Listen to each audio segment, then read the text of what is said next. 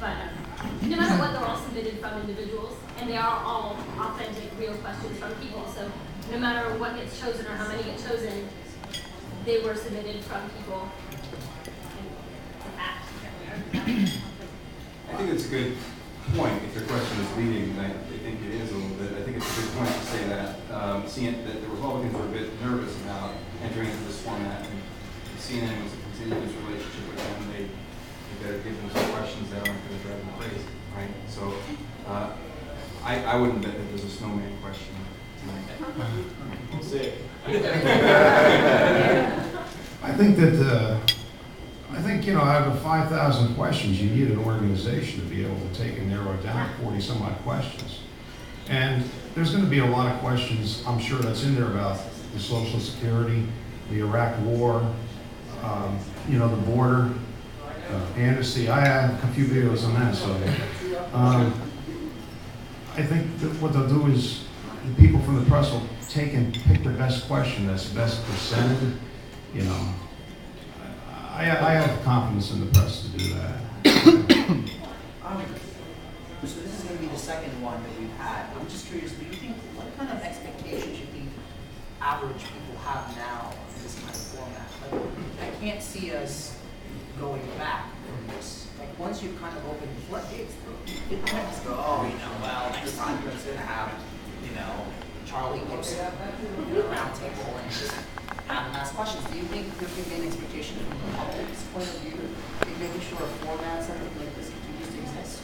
Well, I think that, I think that to have a mix, you know, you can still have the press have a few debates, but I think it's pretty much a necessity now to have this type of debate. I think the door has been open where you really should have a few debates just like this. You know, and maybe even when you start getting into governor's races in states, maybe even have this type of debate.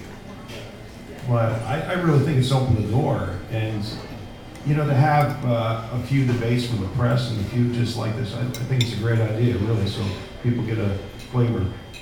I don't think that it's closing the door either on the old school way of doing debates, because if anything, it's really just brought another generation into it.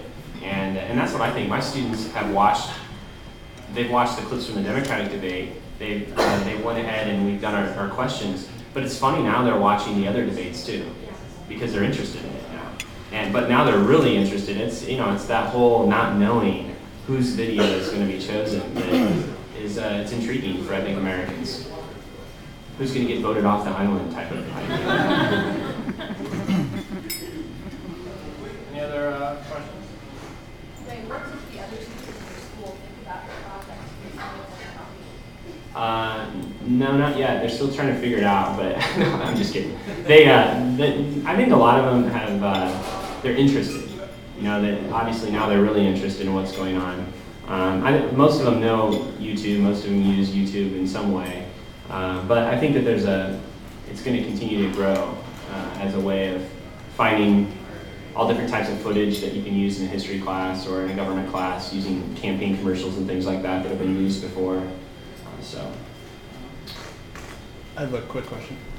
I'm kind of interested if, like, you all watch a lot of YouTube videos, and some of us may, some of us don't, but as someone who watches sort of how campaigns are operating, what I'm seeing is a lot of media consultants are making videos for YouTube now, and they're just pitiful, I would say.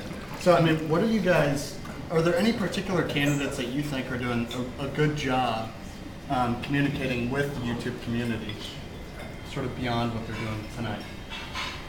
Well, who's the best? Who's the YouTube candidate We had a very funny Chuck Norris video that I thought was in the spirit of YouTube. If the latest is the greatest, I guess it's like Yeah, he's also used Ric Flair, I think, from wrestling thing. I'm not sure I understood what your question was.